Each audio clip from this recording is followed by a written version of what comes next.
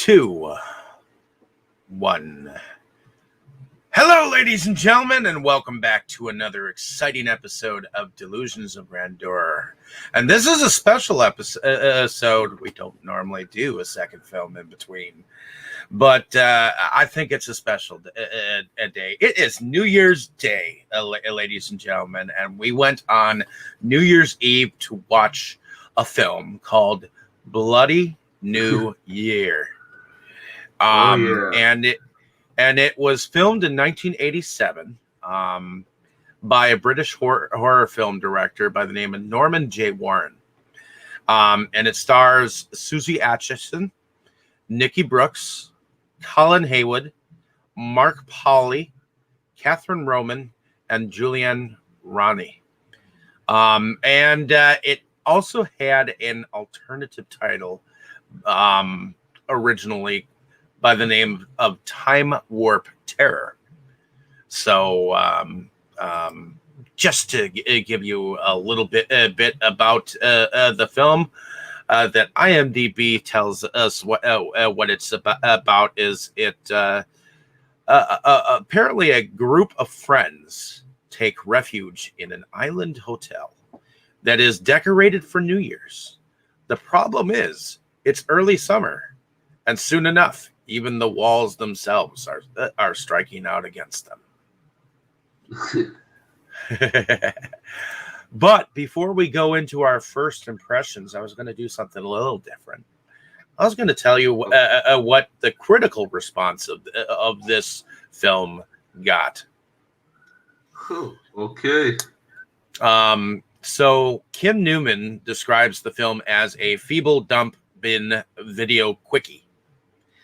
Dennis Schwartz, in his review for Ozus World Movie Reviews, calls it a goofy film with brutal dialogue, cheesy direction, and not much plot.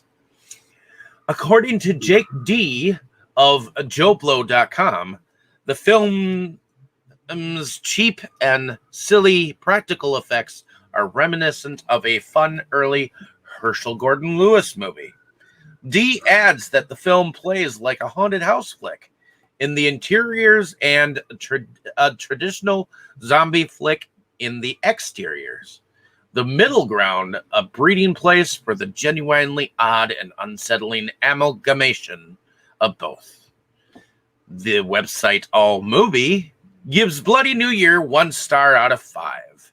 Commentary Cavett Binion writes that the film employs a wacky but interesting supernatural film with silly special effects. He considers it derivative of Sam Raimi's The Evil Dead and Lucio Fulci's The Beyond, minus those films' extreme approach to horror.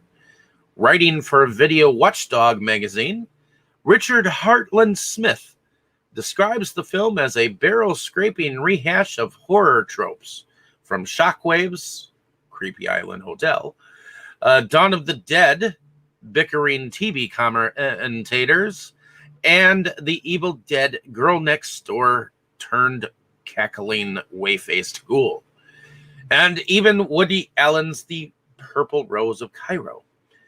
He adds that while the premise is reasonable, the film fails to particularize the horror beyond a few double exposure ghosties and some haunted hardware. Preston Barta of the Denton Record Chronicle remarks that Bloody New Year could perhaps be best described as an episode of Scooby-Doo that is sent through the filter of The Shining and The Evil Dead, adding that in some places it got early Sam Raimi written all over it. He criticizes various aspects of the film. The drama is no good. The characters are all jerks, so it's okay that they kick the bucket. And the dialogue is elementary. Writing for Sight and Sound magazine, Ann Bilson compares the film to the Japanese horror comedy House from 1977 and its production values of those early Doctor Who. So let us go into our first impressions, starting with you, Boris, and welcome back to the show. Thank you. Well, of course, critics are harsh, but that's nothing new in the movie world. Although some things they say, I did notice myself. Like they compared the movie to The Shining, which I was also reminded of a few times throughout the movie. And yeah, maybe it does lack a bit of the plot, like it's a bunch of supernatural occurrences happening throughout the story, not all of which are really relevant to the plot, but the movie is still fairly enjoyable, I would say, fairly suspenseful. It's not really so bad. No, I don't think it's as bad as they said it was. I do want to say that most of the film was shot and filmed around the resort of Berry Island in South Wales, and Friars Point House served as the filming location for the Grand Island Hotel. And the fairground scenes that we see in the beginning are filmed at Berry Island's long-running fun fair with minimal supervision from its owners, who gave the crew full use of the site and attractions at a cost of £300, equivalent of £885 in 2019, for a week's shooting. To secure the extras for those scenes, the crew offered free rides to members of the public. The ballroom scenes were filmed at the Pageant Rooms Theatre in Penarth, and the scenes of Janet's death in a disused tower block. So, remember I was talking about I wish I knew what movie that was that they were playing in the theater. Oh yeah, I think the title is mentioned on Wikipedia, but I Yep. forgot what exactly it was. Evidently, those were extract scenes from a movie called Fiend Without a Face, which Oh yeah. I just so happen to have in my collection. So Oh, eventually we'll cool. have to. And also, Norman J. Warren is also director of a British movie called Inseminoid, which I also have in my collection. So, but Fiend Without a Face, I've never seen before, but they were using bits and pieces of it for them to watch in the film. So let us.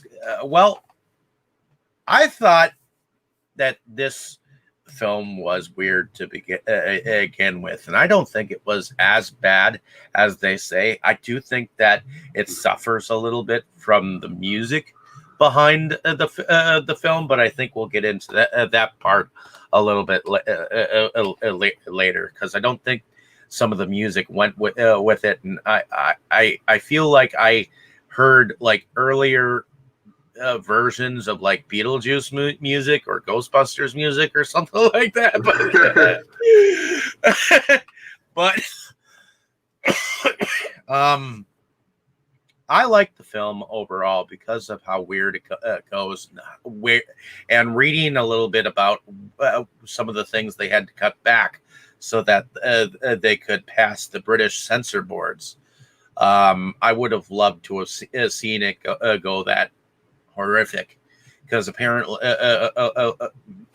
there is a scene where the head of someone is chopped off up by the propeller of something later, which was supposed to be a hell of a lot more bloodier, but it was dumbed down for the censorship boards at the time. And So The Shining was only 7 years earlier than this, so I can see where they were getting the Shining stuff from. But let us. I do think some of the dialogue is kind of dated, but let us look at the plot line. So apparently, we have a group of young kids. I'll call them young kids because they're not quite adults. It seems like they want they are planning or they have planned a vacation of sorts, and they end up on this island later on, and hauntings of the island and from apparently some men that they ran into at a carnival earlier on in the film end up having to start taking them in one by one.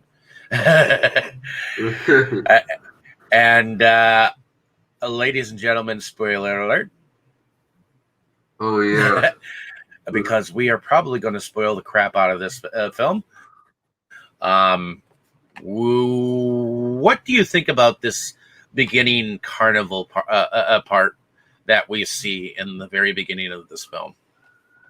Well, the first time I saw it, I was a little bit confused because I expected a New Year themed movie or Christmas themed movie. So this summer scene originally seemed out of place, but then I realized that was actually the point. Like, it was supposed to be summer, and then they find themselves in this New Year setting, and it doesn't make sense to them. So, yeah, that was when I understood it a little better. But speaking of the scene itself, maybe I would say it's a little bit too long. Like it takes a bit too long to get to the point, but it's okay. um, I I I like this beginning carnival scene. I mean, to me, it reminded me of like scenery from like Coney Island type of a carnival scene where you have a tilt-a-whirl and roller coasters and those kind of carnival rides that go sideways and then upside down and things of that nature. It looked like it would have been a fun experience on Barry Island there, which to me, like Coney Island or Six Flags, these were carnivals that were set up like in specific areas where you know they had a long standpoint of making sure that people had fun, and I think it showed that. The only thing is that there was three rings.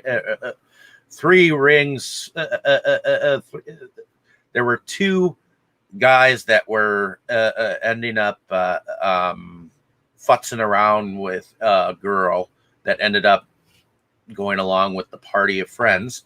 And I know that if I were a girl, I wouldn't have wanted to have been messed with on a tilt-a-whirl, you know? Yeah. What did you think about that part where they just didn't seem to want to leave her alone? Well, I guess it's a stereotypical scene with hooligans, bullies, things like that.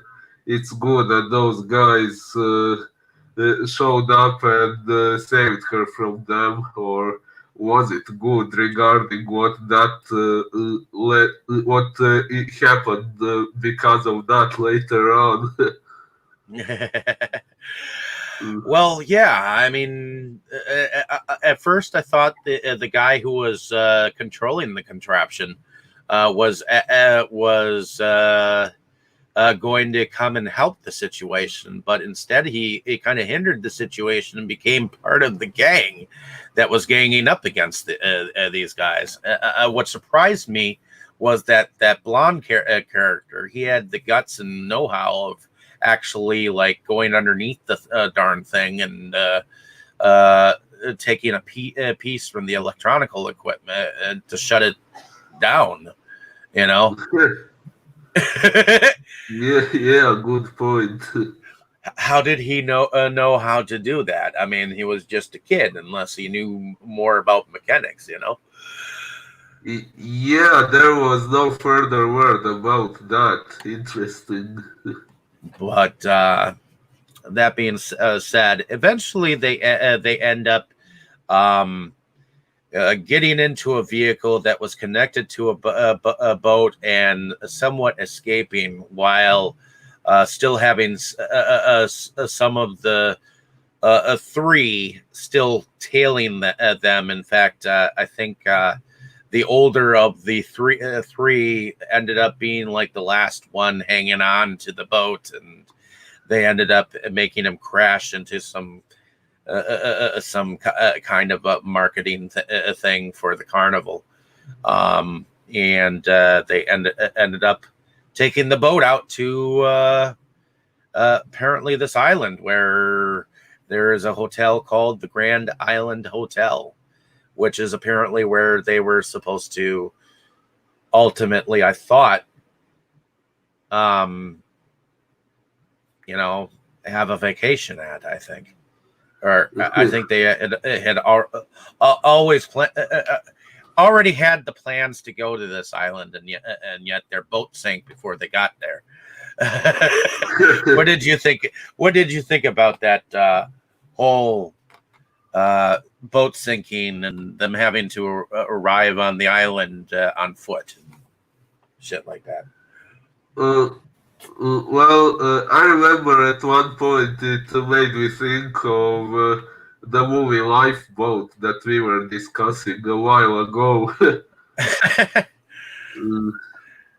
Yeah, but at that point I wasn't expecting anything in particular to happen. Like, I expected they would find a way out of the situation because the movie was called Bloody New Year, and there was nothing New Year related in that scene, so I assumed they were all going to survive that one. So, and they did.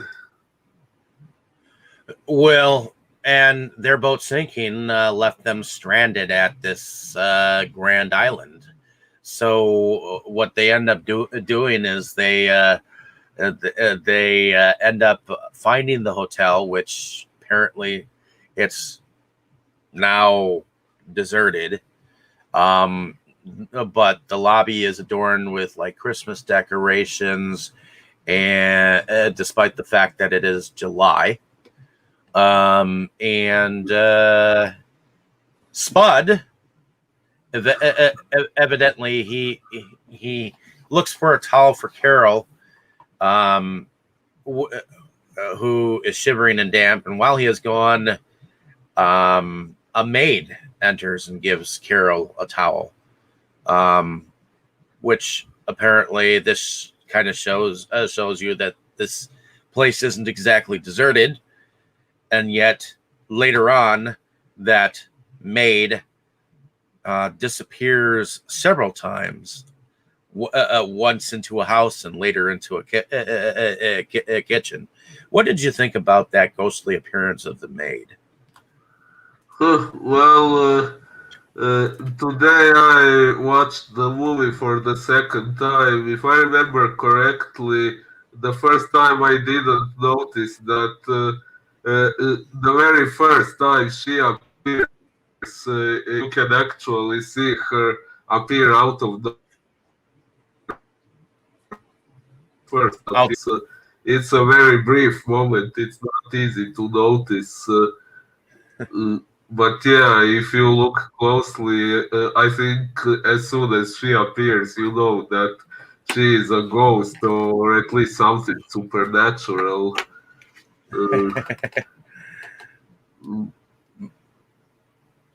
So, And ultimately, we end up seeing other ghostly apparitions, um, like when another couple ends up finding some 1950s clothes.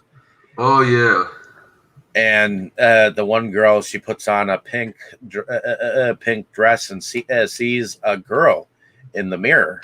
And then when they're making out, we see the girl in the mirror, and it looks like she's crying. So, what did you think about that particular scene? Well, at that point, I thought we would end up finding out more about the ghost of that woman, but in the end, no, we didn't get to know the meaning of every single ghost, like what had happened to them and why they were there and what they were trying to do. That's one thing that I have to say. I agree with the critics about uh, uh, the plot should have been a little better developed in some aspects like this. Well, apparently in 1959, a group of partygoers celebrated New Year's Eve at the Grand Island hotel before mysteriously disappearing. It's decades later where couples Leslie and Tom, Janet and Rick, together with their friend Spud and Carol, eventually joins them. End up going to this Grand Island hotel. Originally, I guess this was all supposed to take place in the 1950s, but there again, there were budget constraints. And according to the director, Warren has he basically commented negatively on the film in one interview. He describes Bloody New Year as a terrible experience for me. In fact, it turned out to be a bloody nightmare. We had the wrong producers on that film. They didn't know anything about horror, so the film lacks in every department, and by the end of it, my heart just wasn't in it. Oh. He added that the producers wanted to make the film cheaply and terribly quick, and that this was to the detriment of the music and sound effects. In another interview, Warren criticized the music, stating that it just doesn't work. He added, on the second day of dubbing, I must confess, I gave up on the film. I'd run out of fight and just sat there and let them go through the motions. Warren has said that his experiences on Bloody New Year put him off making any more films. Oh, But well, that's kind of sad.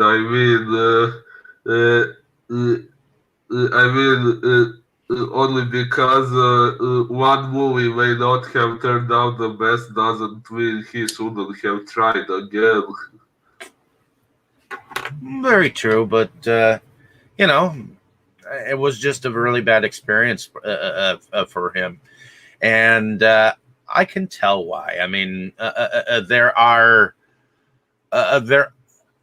some things left up to mystery in here. Like we don't really get a fully explanatory reason why these ghostly apparitions are there to begin with. Although there is one ghost in particular that we are shown to, because when one of the couples is exploring the island later on, they end up hearing what sounds like gunfire, and then an airplane like downing itself in a nearby building, and they begin to see the apparition of an Air Force pilot of some sort. Oh, oh yeah, something was said that the whole time warp happened, if I remember correctly, because of this airplane crash where there was some device that could warp space and time, something like that. It was a little Well, confusing.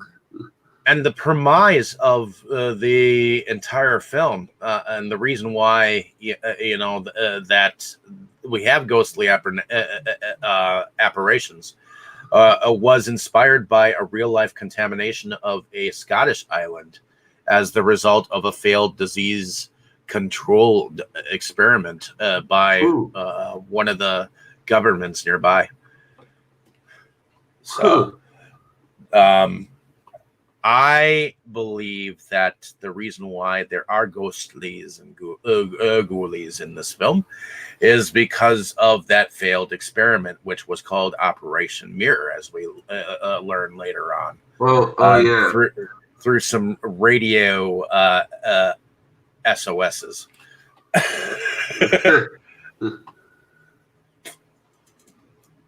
But ultimately, we get some very weird ghostly hauntings, and one of them happens to be a gargoyle of a bird that is on a staircase. What did you think about that particular?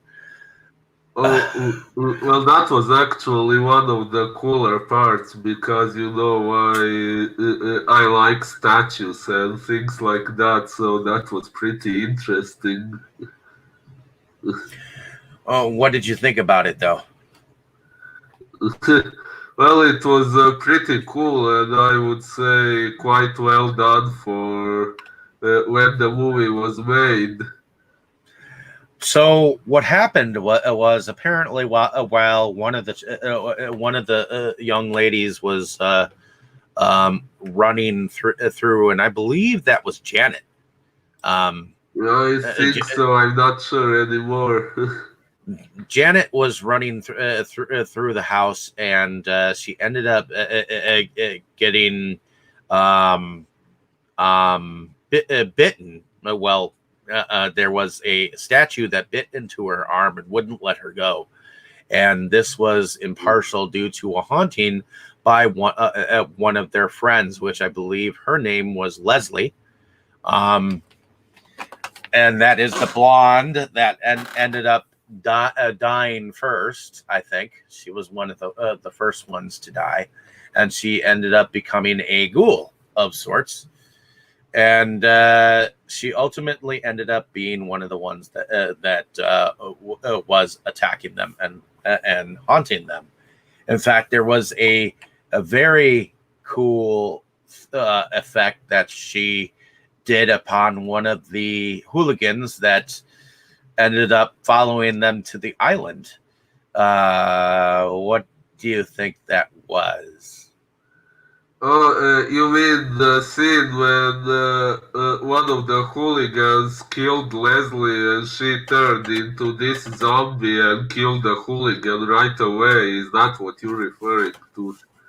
I'm referring to the moment where dude jumped through the window and she in turn took his head and spun it all the way around.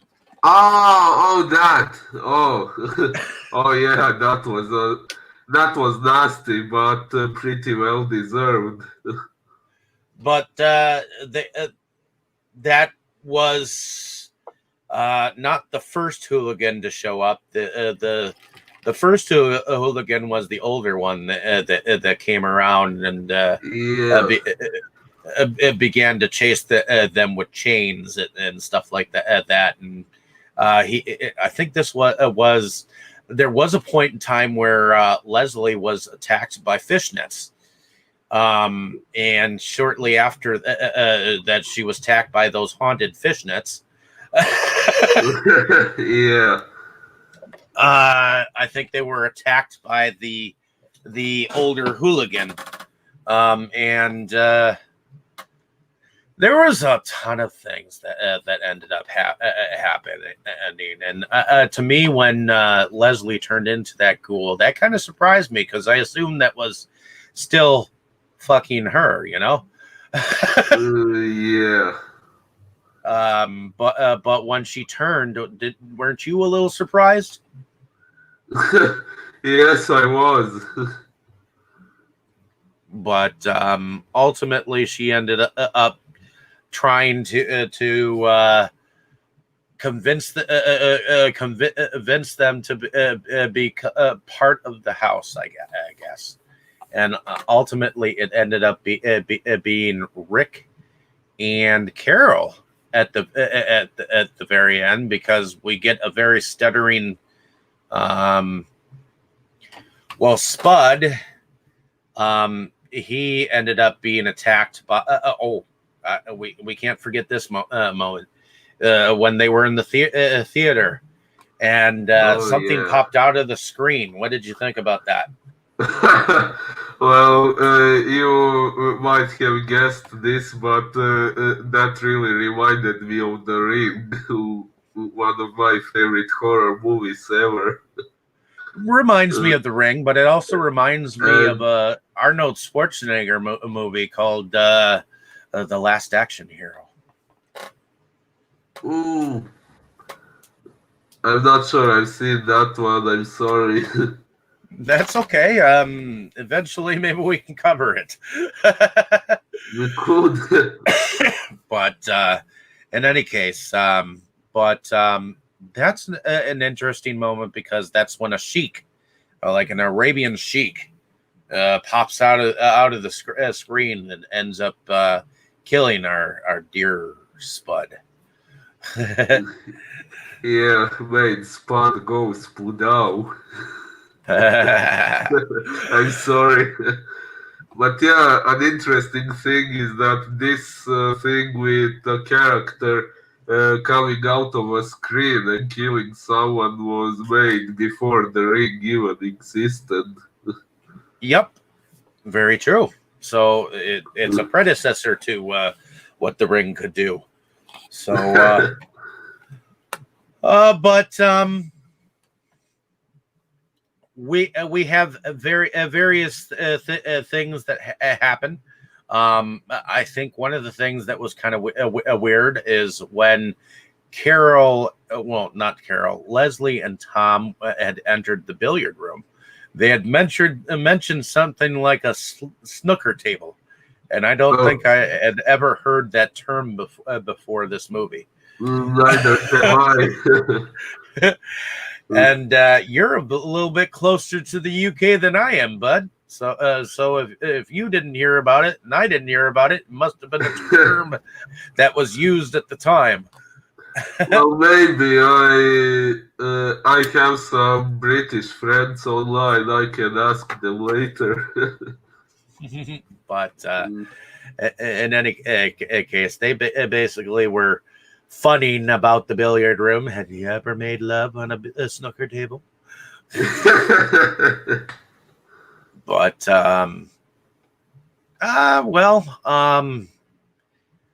there were definitely some camera moments that I think were kind of cool. Like anytime that there was something that happened where like they went into they were chased into this kitchen, and all kinds of knives and dishes and the stoves went aflame for no reason, and the knives shot straight out at them and into a door with no one seemingly appearing to be able to throw them. You know. Yeah, it was pretty cool. What did you think about these moments? How about Swamp Thing coming out of that table? Oh, yeah, that was pretty good, and it reminded me of what was it called? The monster from Phantom Lake or something like that.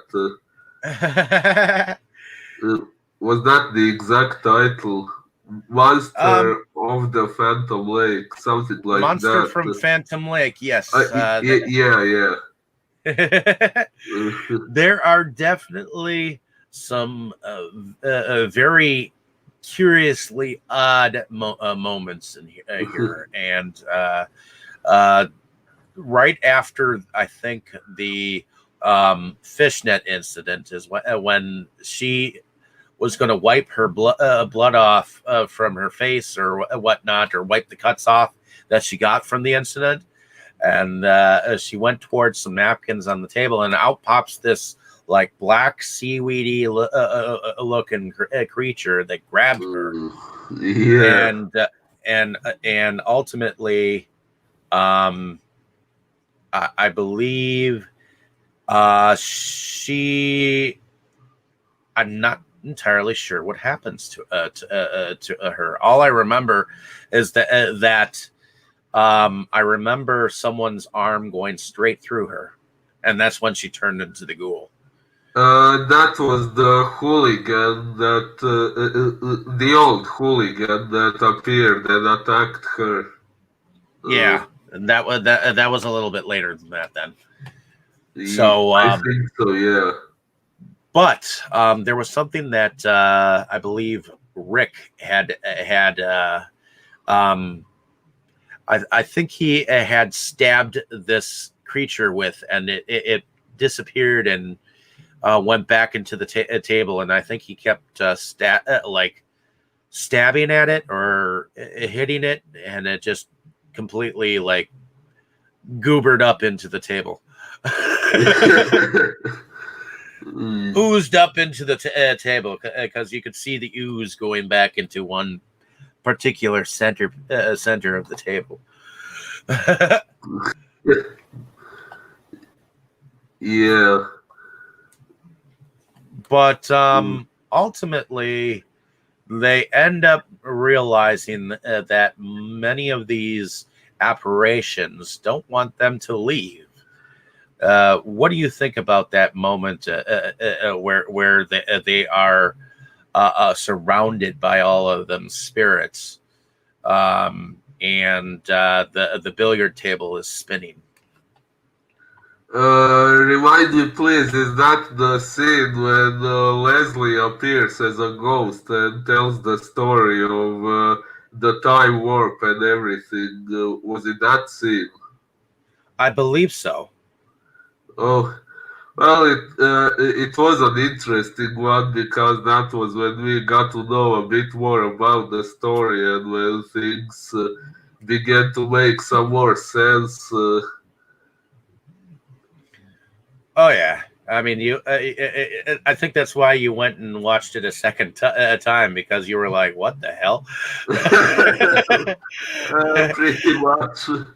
And I also had some video glitches due to not quite perfect internet connection. So yeah, watching it once more was kind of helpful. Uh, There was a moment where they were outside, and they ended up hearing voices and a party and whatnot in the bushes, and they were being chased by laughter. yeah, that was quite weird. Uh, like some invisible character laughing, like what you hear in a sitcom when there is this laughter in the background. It sounded like that, but we didn't see anyone on screen. Just footprints, which was interesting to notice that there were the footprints were some rather specific footwear prints. Like nowadays, they could, by the shape of the prints, they could determine what exact footwear the actor was wearing. Oh yeah, there were a couple of moments where the seeing the footprints in the sand and seeing them show up in several different areas was effective for what he needed to accomplish to show that there were many invisible people evidently trying to haunt them. And ultimately, one of them ended up finding their brain and realizing, oh, these three characters or hoodlums must have come in by a boat. Let's go see if we can find this boat. Yeah, although since it's a time warp and everything, it was kind of expectable that they couldn't really escape just like that, or even if they did physically escape, they would probably still be stuck in some not quite realistic world. Yep. And I thought a very interesting effect of the film, the second one well, I would say the third one, because the first one was when she twisted the head around. That was cool. And then, of course, the staircase statue. That was another cool effect, I think. And then the third effect that I think that was really, really cool is the elevator wall effect. Oh yeah, the one that reminded me of Han Solo. Yeah, Star Wars. That would be probably Empire Strikes Back at the very beginning, or actually at the very end. Yeah, when they froze Han with that, I forgot what it was called in English, but you know when he was turned into that. It was a hibernation chamber, I guess. Yeah. But it ended up being wall decoration on Jabba the Hutt's wall when you saw Return of the Jedi. Yeah. Everyone knows Star Wars, at least the original trilogy. Definitely. But ultimately she ended up being sucked into the elevator wall and part of the house, and ultimately her image ended up being what turned Rick back around when they finally had the chance to possibly escape in the boat. And I guess in the end, Carol, she was sucked down through the boat and ended up behind a mirror, looking in at a party that evidently her ghostly friends were at. The New Year's Eve party stuck in a time warp. Yeah. So ultimately, was there anything that I may have missed from this film that you actually liked? Well, I liked all the Spudao scenes. By now, you know in which situations I use that word. All the scenes in which, or like the moment where the third hooligan again comes through the bar and they knock his head with a broken bottle. Oh, that was a Spudao scene as well, yeah. And there were some interesting things. I remember liking the statue on the staircase. I liked the Santa toy on the desk. It was kind of cute. That's right. It started to move a little bit, and certain things ended up moving as well. I like the moment where the bed creaked down in the bedroom, like as if someone were laying down on it. I wondered how they did that effect where like nothing was there, but you could see like the weight of something was pressing down on it. Yeah. To show the ghostly presence without a spirit involved.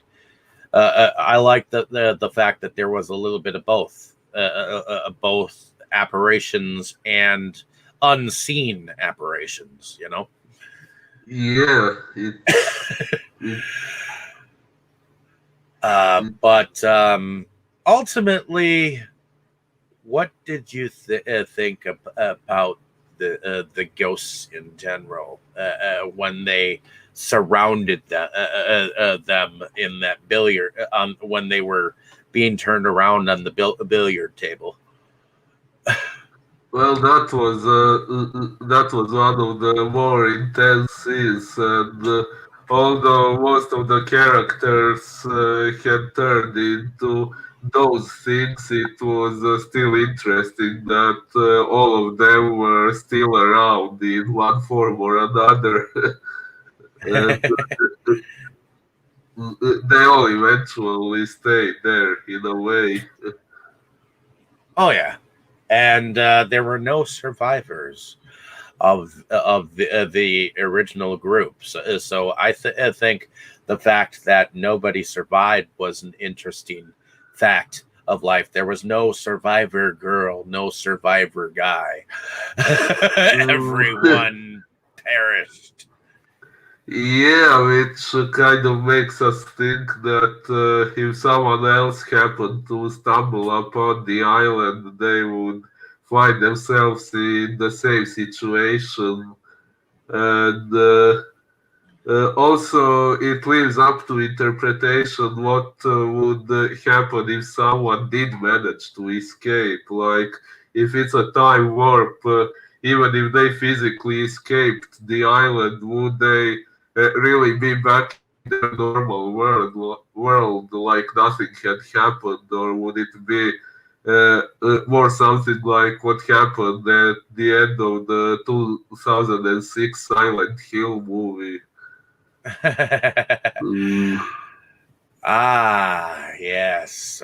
You never know exactly what might happen. Like if you decided to try to leave, but the island didn't want anyone to leave. So I feel like this was intentional, so that you could ultimately be more scared of this island. yeah. I mean, maybe if we looked at it in a positive note, if you saw all the people partying, would it be all so bad if every single day was a party? Hmm. Well, you make a good point. Maybe it wouldn't be bad. I mean, they ultimately in the end they look happy, don't they? At least, yeah. Except for Carol, I didn't quite understand why she ended up behind the mirror. Why wasn't she with them? No clue. Maybe she was just supposed to uh, watch as the others enjoyed, since she had tried to escape. Maybe the house wanted a prisoner. Yeah. But in any case, I think you kind of mentioned your favorite scenes already. With the I think your favorite scene was the statue, wasn't it? Yeah, maybe that, or maybe the scene with a character popping out of the screen because it reminds me of a movie that I really like. Or what else? Ooh. It kind of reminded me of like Rated from Mortal Kombat a bit, just a Oh, little bit. how come of him? Because I remember playing Mortal Kombat, and uh, him popping out of the screen, and him flying like that kind of reminded me of a video game likeness to the character. Um, I played one Mortal Kombat game when I was a kid, but you're saying that Raiden popped out of a screen at some point. No, I but one of the things that one of the special moves that you could use with Raiden, it had him shooting across. It had like you had to press specific buttons to make him do this, but he would shoot across and basically run straight into his opponent. And you'd uh, see him gliding across and make an uppercut or oh something like that. oh yeah, yeah. That's interesting. I remember when I was playing Mortal Kombat 4, I was struggling to defeat Goro, and I eventually defeated him precisely with Raiden doing that. So I just couldn't find any other way to defeat Goro except with Raiden. Oh yeah, Raiden was always the best character. See, I remember playing Mortal Kombat and Mortal Kombat 2 on Super Nintendo, and then I think the most recent one that I have is for Xbox One. I played the Mortal Kombat 10 or 11. I think it's 11 because I ended up picking up the Mortal Kombat 11 a couple of years ago on Black Friday. So Ooh. I don't ever seem to have the amount of money to pay for some of the newer machines out there, but I ended up picking up Xbox One from a friend of mine for about 250, which wasn't too bad. Cool. But in any case, okay, my favorite scene is probably the part where the dude's head gets turned around. Oh yeah. Yeah, But actually.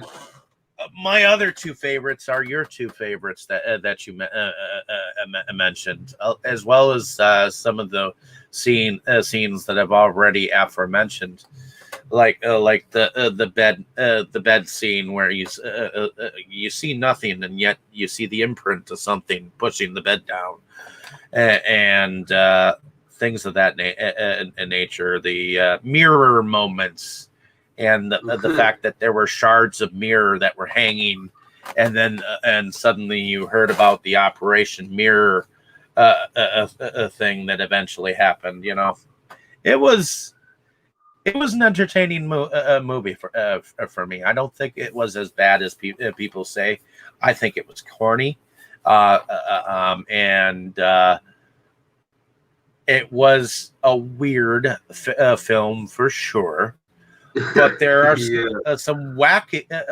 There are some wackily weird moments that I think I will remember. I mean, I wish that some of the things that were supposed to happen had happened, like the propeller moment. That was supposed to be more bloody. I would have loved to have seen how dismembered Rick would have ended up being if not for the censorship boards of the UK. And Good I would have point. loved to have had this movie get some drive-in theater experience, but it had not. It was a direct video, evidently. There is no original uncensored version to be found. Well, it was originally on VHS and Betamax, which Betamax was before VHS. So I don't know if you remember Betamax. They were these tiny VHS looking things that you actually had a Betamax player for, and those were before VHS. So. Well, I don't think I remember. I'm looking them up right now, but Betamax. yeah, I found them. They don't really look familiar. I have seen some small takes for cameras and things like that, but they looked kind of similar to this, but not quite like this. And Uh, there was even a VHS that you could it was a converter. There was a VHS where inside you could put the Betamax tape, close the lid of it, and then stick it in a VHS player so that you could oh, play the Betamax on your VHS player. So I actually have a converter like that, but it's not for Betamax, but for those camera tapes that I mentioned. But I forgot what they were called. Was it maybe VHS-C or something like that? I'm not sure. well, I'm assuming that you could probably stick a Betamax in there as well. So Maybe I don't know. And actually, I don't think I have any Betamax tape in my house. neither do I, but it would be interesting to figure that out someday. Who knows? Well, it would, I admit. But in any case, as far as the music goes, do you think the music went with the film, or do you think it was as odd as I think it was? Well, I guess the music was just trying to portray the atmosphere of the early 60s, but not exactly a horror atmosphere.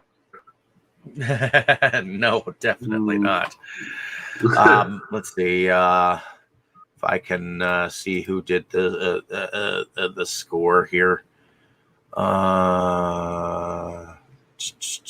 Okay, so the music was by Nick Magus, and he evidently only did Bloody New Year, so evidently he never worked on anything else ever again. Ah, poor guy. But yeah, let's see if there was any other things with the music. Okay, so evidently on the soundtrack was pretty much done by Cry No More, which I don't know who that was. It must have been a British um, group, but I guess they had these songs: "Recipe for Romance," "Boys Don't Cry," "Caveman Rock," "Jenny," "You're Not Fooling Me," "Every Single Time," and "When Love Is Not Enough." I'm guessing this was an '80s band, and they just ended up using like much of their music for the soundtrack. But other than that, is there anything else that you would like to mention about this film? Oh, I'm not sure. Think uh, I think I have mentioned everything I wanted to say. If there was something more, I can't remember right now. Uh, Okay, let's see. Let's look at some of the. Let's see if there are some. Okay, so evidently this was shot on location at Butlinsbury Island in Wales. Doctor Who story Delta and the Bannermen was also filmed there in the same year. That story, like Bloody New Year, has a 1950s theme, I guess. Okay, so that was a something trivia. Let's see, goofs. Okay, so when the TiltaWhirl stops, suddenly the actors are obviously throwing themselves off the platform as opposed to it looking accidental. huh. Evidently, they don't have many revealing mistakes other than that particular uh, film. But apparently, the production companies behind this was Laser Entertainment and Cinema and Theater Seating Limited. Let's see. And it had many distributors. in 2019, it was Vinegar Syndrome, which I hope soon to acquire Vinegar Syndrome's edition of it, because I actually don't have this for real in my collection yet. You don't have this movie in your collection at all? No, that's why we watched it on YouTube. Oh, oh yeah, good point. But so ultimately, what did you think about the film in general? Did you like it? Did you enjoy it? Do you think it could be burned at the stake? What do you think? Well, no, I don't think it should be burned at the stake. You don't think it should be? You don't think it should be thrown on a pile of burning film and just totally lost to civilization, or do you think it should be? Okay, so we should say something like that about something that someone put their time and effort into. So should we create a church and put it on an altar and create a whole cult around it? What should we do? Oh, nice one. Well, I did enjoy it.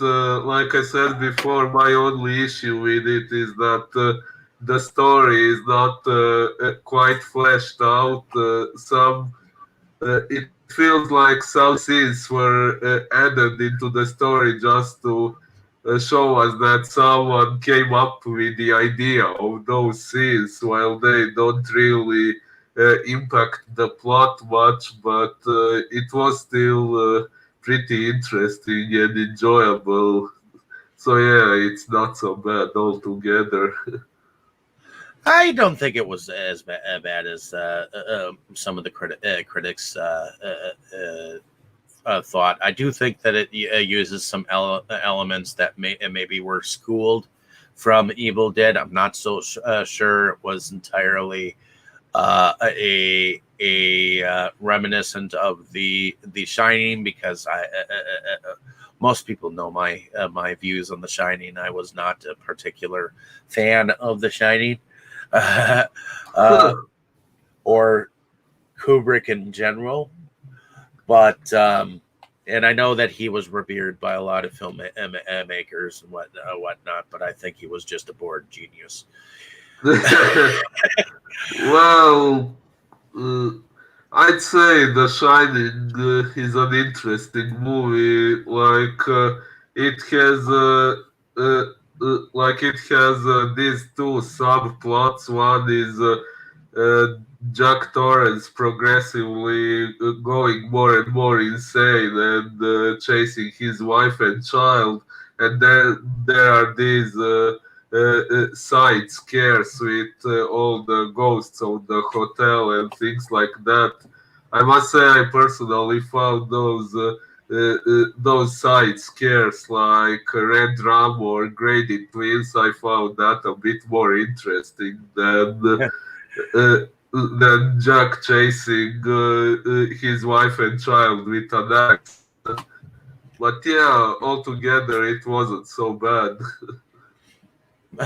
But in any case, alrighty, ladies and gentlemen, I think that's all that there is to talk about for Bloody New Year. But definitely check the film out when you get a chance. Let us know what you thought of the film down in the comments. Whether you thought it was bad, good, whether you think it should go on a burning pile of shit, or whether you should revere it in your built church to ultimately praise it and make it a god.